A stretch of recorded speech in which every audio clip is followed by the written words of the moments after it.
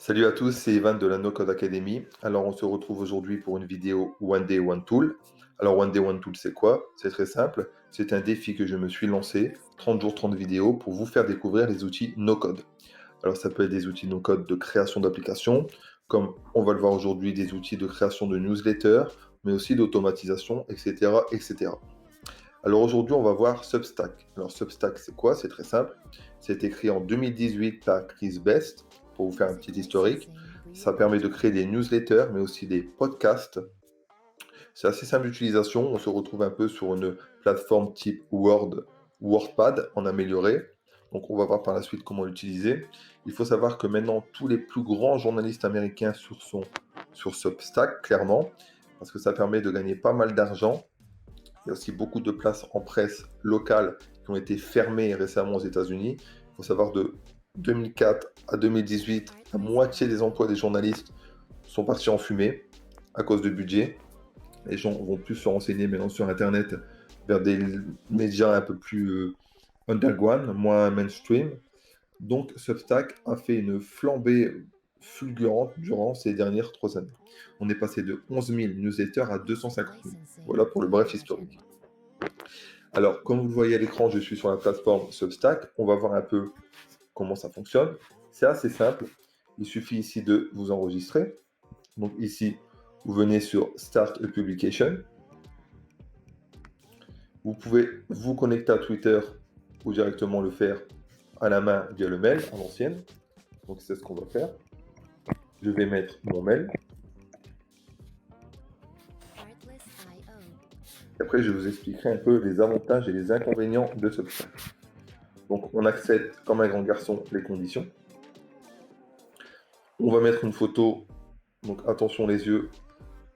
Ma photo est formidable, vous allez voir. Hop, voilà. Alors le nom. On va mettre son nom, hein, Ivan. Grand journaliste, grand reporter. Et ici on va mettre, bon, tapez votre bio. Je vais mettre je suis un grand fan des Pokémon. Avec un S. On continue. Alors ici, il faut donner le nom de la publication et de quoi ça parle. Donc ici, on va laisser Ivan Newsletter. Donc on va dire ici la meilleure newsletter sur les Pokémon. Voilà. Ici, on peut laisser web URL, on peut mettre une autre web URL, peut-être un peu plus convaincante. Si on parle des Pokémon, par exemple, on peut mettre Pika, Pika.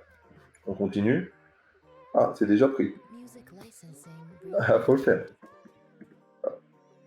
Pokémon. On ne peut être que 1 sur les Pokémon. Pokémon Pika. Alors là, ce qui est super, ils ont été très forts, c'est que tu peux importer ta liste de mails. Donc, souvent, qu'est-ce qui se passe? Que ça soit une plateforme audio, vidéo, qu'est-ce qui fait que les gens ne vont pas sur notre plateforme? C'est la fainéantise de se recréer une communauté.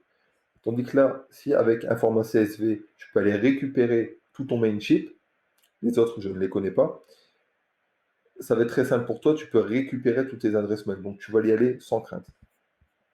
Donc, moi, j'ai pas de newsletter, je vous expliquerai un peu pourquoi d'ailleurs après. Et c'est fini. Donc, tu vois, là, on s'est inscrit sur Substack en moins de 2 minutes. Donc, une facilité d'utilisation comme ça, c'est sûr que ça va amener du monde. Mais il y a aussi un revers de la médaille à ça. Donc, ici, on a déjà notre premier encadré. On a le dashboard qui est sur le côté. Je vais te montrer un peu comment ça fonctionne. Hop. Donc, tu as deux choix possibles et même un troisième qu'on va activer par la suite. Soit tu crées un post simple, c'est-à-dire une newsletter. D'ailleurs, je vais te filer un site qui s'appelle la Friend Stack qui te permet d'avoir toutes les meilleures newsletters en français sur n'importe quel sujet, quasiment, hein, ou presque. Donc, c'est-à-dire que ici, si tu fais un post, comme on vient de le voir, tu auras, par exemple, allez, on va en prendre, j'en avais eu un pas mal sur l'art. Ici, tu vois, ici sur l'art, tu auras la possibilité de mettre un header. Voilà, tu vois, tu auras la possibilité de mettre des petits icônes comme ça, comme une page web. Et tu as même la possibilité de voir les anciens newsletters que tu as fait. Voilà. Par contre, il y a une deuxième possibilité, c'est de faire ce qu'on appelle des threads, c'est-à-dire des threads. c'est-à-dire comme sur Twitter. Donc, si on revient ici, juste avant, Newsthread.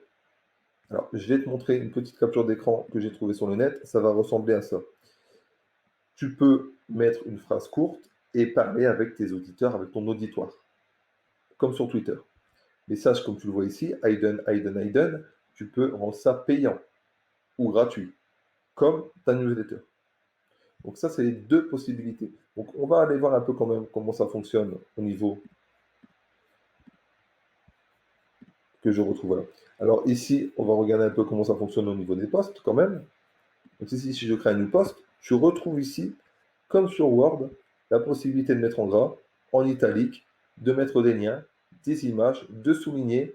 Ici, tu as tous les CTA, ça c'est quand même pas mal. Tu as tous les CTA, les boutons qui permettent de donner des actions, s'abonner, s'inscrire, partager le post, partager la newsletter. Et le custom button, c'est génial. C'est que là, tu fais ce que tu veux.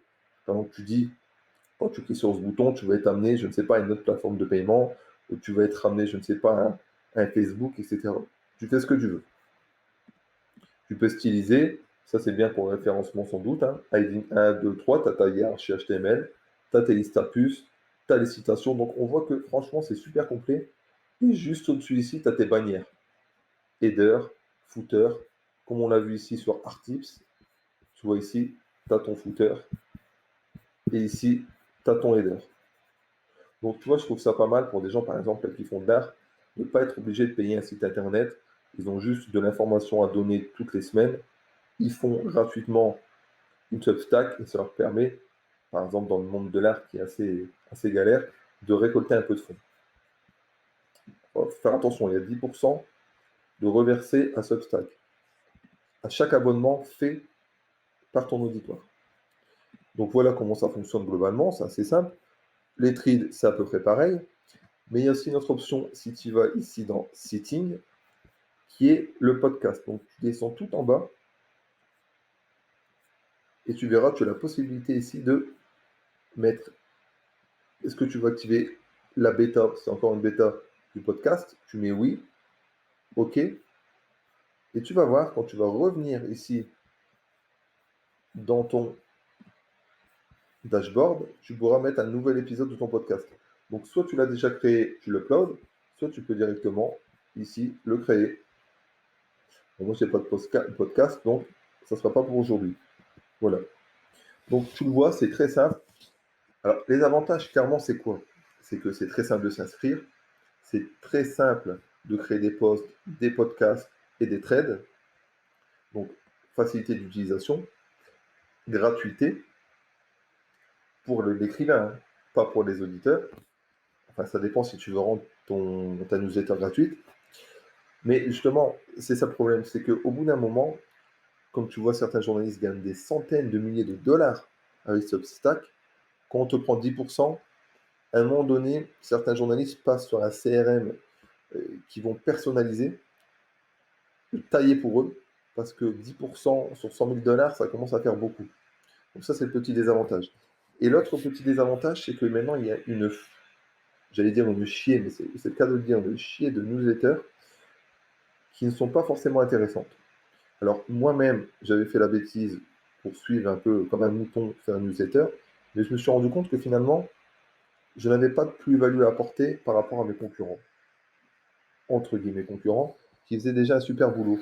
Donc à un moment donné, quand on n'a rien à dire, il faut mieux se taire que faire une newsletter pour être à la mode.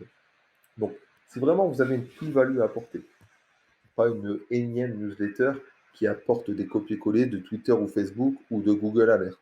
C'est génial. Mais il faut déjà avoir une bonne communauté qu'on se fait par YouTube, Facebook, Twitter.